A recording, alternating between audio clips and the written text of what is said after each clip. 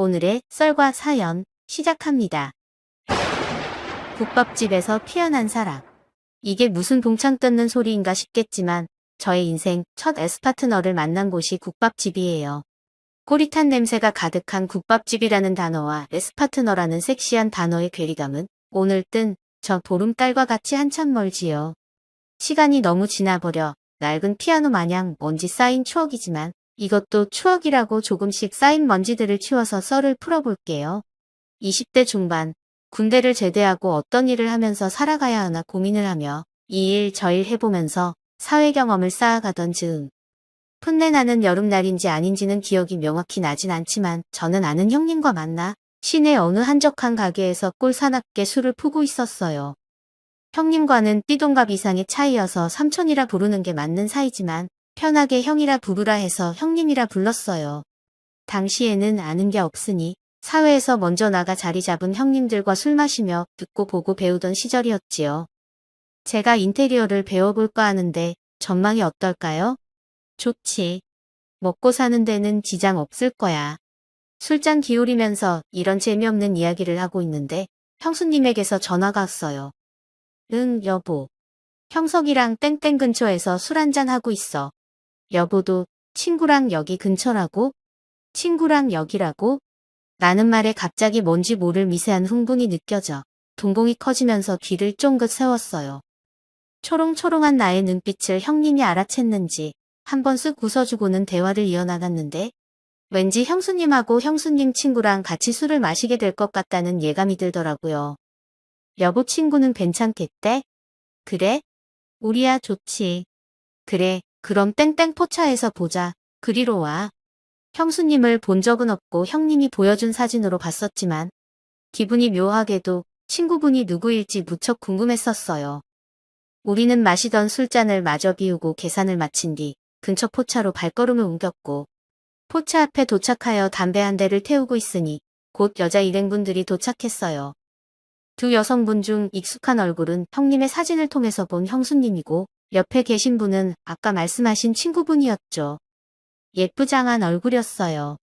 형수님의 친구니까 30대 중반 정도인데 꽤나 동안이었고 형수님보다 훨씬 예쁜 얼굴이었어요. 그리고 더운 여름에 어울리는 얼굴보다는 차갑고 시원한 겨울이 어울리는 듯한 하얀 피부색이었는데 당시에 이 여름날에 저렇게 새하얄 수가 있구나라는 생각을 했었네요. 아마 치마와 옷을 까맣게 입어 더욱 돋보였나 봐요. 형석 씨 맞죠? 반가워요. 형수님이 쾌활하게 인사를 했어요. 여보 내가 얘기했던 형석이야. 여보보다 많이 어리니까 서로서로 말 편하게 해. 형석이 너도 인사해. 초면이지만 편하게 대화할 수 있도록 형님이 교통정리를 해주셨어요. 안녕하세요. 형님 말씀대로 편하게 말씀하세요. 근데 형수님 친구분께는 누님이라 불러도 될까요? 형수님과 동갑이신 거죠? 네. 정영신이라고 해요. 말은 천천히 놓을게요. 그녀는 수줍음을 많이 타는 성격 같지는 않았어요.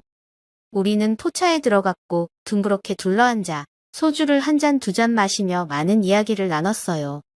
형님과 독대할 때는 퀴퀴하고 고리타분한 느낌이었는데 여자분이 둘이나 있으니까 확실히 분위기가 살더라고요.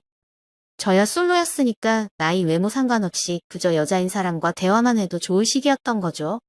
한 잔 두 잔 마시다 보니 어느덧 자정이 되었고 형님이 들어가야겠다며 눈을 찡긋하며 자리에서 일어났어요. 하지만 형님의 찡긋거림을 이해하기엔 그때의 저는 너무 어리고 눈치도 없고 숫기도 없었네요. 형님과 형수님이 나가고 나서 10분 정도 지난 후에 누님 이제 우리도 슬슬 일어나죠? 눈치 없는 제가 말했어요. 새하얗던 그녀의 두 볼이 술기운 때문인가 살짝 발그레져 있었고 그 모습을 보며 귀엽다고 생각할 때쯤 우리 한 잔만 더 할까? 그녀가 말하자 저는 생각지도 못한 그녀의 제안에 당황스러웠어요. 왜냐고요? 분위기는 좋았지만 저는 주량이 너무 적어 술에 취해서 집에 가고 싶었기 때문이었죠. 그런데 집에서 자고 싶은데라고 하고 싶었던 말을 하지도 못할 정도로 저는 소심했었네요. 누님 어디로 갈까요? 생각과 행동이 다른 나. 형석이 너 잘 아는 곳 있어? 아마도 여기서부터 형수님의 친구인 누님과의 국밥집 사랑이 시작되었던 변곡점이 아닐까 싶네요. 풋풋하고 세상 물정 몰랐던 나는 판이 깔린 것도 모르고 작업하기 좋은 술집 놔두고 국밥집을 택했어요. 그래, 마무리는 술국이지. 누님, 그럼 요 앞에 국밥에 소주 한잔하고 가시죠? 이 대답에 그녀는 얼마나 기가 찼을까요? 그녀는 짐짓 당황한 듯 보였지만 쿨하게 이 상황을 받아들이기로 하였는지 알겠다 하고 저와 같이 국밥집으로 이동을 했어요. 할매 국밥. 상호에서부터 푸근함이 느껴지는 이곳에서 술국 한 그릇 놓고 그녀와 이런저런 이야기를 나누며 소주를 마셨고 몇 시간 동안 같은 자리에 앉아서 한 잔 두 잔 기울이면서 그녀와 무수한 대화를 나누었네요. 저의 성격이 내가 말하는 것보다는 그냥 묵묵히 들어주는 성격이다 보니 그녀가 편하게 말할 수 있는 분위기였는데 시간은 이미 자정을 훌쩍 넘어버렸고 술병에 술이 줄어드는 구간만큼 우리의 인연은 늘어져만 갔어요. 그녀가 움직일 때마다 조금씩 올라가는 치마에 술 마시는 내내 눈길이 가긴 했지만 애써 모른 척했고 그녀는 국밥이랑 소주가 이렇게 잘 어울리는 줄 몰랐다면서 계속해서 홀짝홀짝 술을 마셨어요. 그래, 국밥만 한 게 없긴 하지. 이날 아마 저의 주량을 넘어섰던 걸로 기억하는데 아마 그녀도 마찬가지였던 걸로 기억나네요. 새벽 3시쯤 되었으려나 도저히 졸음을 버틸 수가 없어서 그녀에게 이야기를 꺼냈어요. 저 이제 너무 졸려서 집에 가야 할 것 같아요. 오늘은 여기까지 마시고 이제 집에 가요. 꾸벅이며 말을 하자. 그래, 내 동생 얼른 집에 가자. 어느새 저는 그녀의 동생이 되어 있었어요. 누님 집은 어디예요? 이 근처야. 너무나도 졸렸기에 희망적인 대답이긴 했는데 그녀의 희망적인 대답과 달리 그녀는 삼보일배라도 하듯 세 걸음 가고 주저앉고 세 걸음 가고 주저앉고를 반복하더라고요. 꽤 걸어온 것 같은데 슬슬 짜증이 나기 시작했어요. 누님, 얼른 집에 가야죠. 집이 어디예요? 너 눈치도 없고 말이야. 그녀의 눈은 이미 반쯤 풀려 있더라고요. 무슨 눈치요? 얼른 집에 가자고요. 저 피곤해요. 그녀의 원망을 듣고 눈치를 채기엔 제가 눈치가 너무 없었지요. 나 너랑 자고 싶어. 그녀가 저를 보며 말했어요. 그리고 그녀는 내 목을 휘어감더니 잠깐의 키스를 했어요. 눈치도 없고 말이야. 누나가 이 정도 말했으면 됐지? 이렇게 해야 눈치채니? 그녀는 툴툴거리더니 내 손을 잡고 근처 모텔로 향했어요. 일반실은 없고 프리미엄만 있다는 모텔 사장의 말에 누님은 카드를 딱 내놓으면서 결제를 했어요. 그 와중에 역시 연상 누님은 다르구나라는 생각을 했네요. 엘리베이터를 잡고 그녀와 저는 서로 어색하게 객실로 올라가 문을 열고 나자 긴장감에 심장이 두근거리는데 그녀가 농염하게 핸드백을 테이블에 내려놓으며 말했어요. 같이 씻을래? 그 말에 저는 그 자리에서 얼어버렸고 이게 꿈인지 생시인지 얼떨떨해서 볼을 꼬집어보고 싶었지만 이내 누나가 하자는 대로 했어요.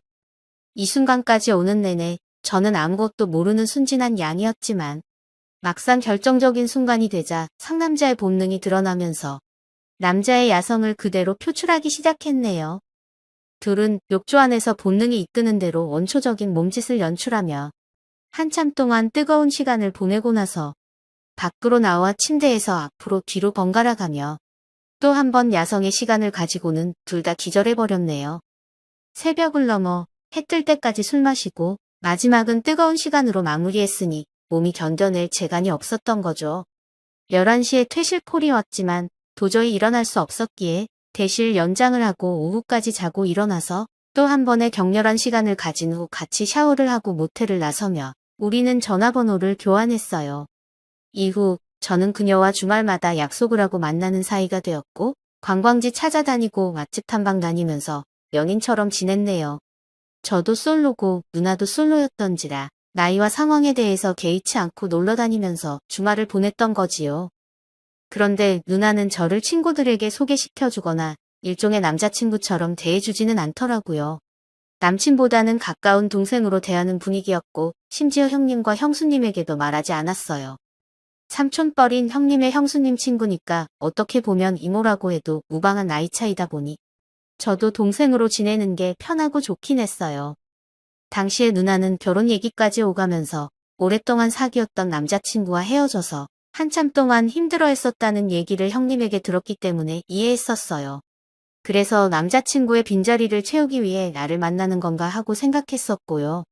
나이 차이가 많이 나는 상황에서 번듯한 직업을 가지고 있지 않았기 때문에 연인 역할을 하기에는 역부족이었고, 그렇다고 남친처럼 다가가기도 부담이 돼서 그렇게 동생으로 지내는 게 익숙하고 편하기도 했었네요. 놀이공원에 놀러 가면 쾌활하게 놀다가도 어느 순간이 되면 쓸쓸한 눈빛으로 변하곤 했는데, 그럴 때마다 참 난감하더라고요. 갑자기 옛 남친과 그렇게 신나게 놀던 추억이 떠올랐나 봐요. 남친도 연인도 아닌 저는 누나의 기분이 다시 돌아올 때까지 꼭 안아주고 옆에서 가만히 기다려줄 수밖에 없었네요. 그렇게 만나다 보면 어느 순간 연인으로 발전할 수 있지 않을까 하는 막연한 기대를 가지고 있었지만, 여러 가지 이유로 그렇게 되지 못했고, 주기적으로 만나서 술 마시고 국밥집에서 마무리 해장하고 모텔로 향하는 S파트너가 되어버렸네요. 시간이 흐르면서 만남의 횟수가 점점 줄어들더니 어느 순간 만남 자체가 뜸해지고 제가 취업을 해서 바쁜 생활을 하게 되었어요. 그리고 요 근래 전해 들은 얘기로는 아직도 솔로로 지낸다고 하더라고요. 궁금하기도 해서 한번 연락을 해보고 싶긴 하지만 좀 애매하게 연락이 단절이 되었던지라 그냥 추억으로 남길까 아니면 연락을 해서 안부라도 물어볼까 고민을 하고 있네요. 풋내기 시절 그녀에게서 맛보았던 그 느낌이 너무 좋아서 한번 만나보고 싶은 마음이 있거든요. 그녀가 S파트너로 좋았던 건지, 나도 모르게 좋아하는 감정이 싹 텄던 건지, 저 자신도 헷갈리는데 좀 더 고민해봐야겠어요. 저의 풋내기 시절 사랑 이야기 들어주셔서 감사하고, 좋은 일이 생기면 또 한번 글 써볼게요. 즐거운 주말 보내세요.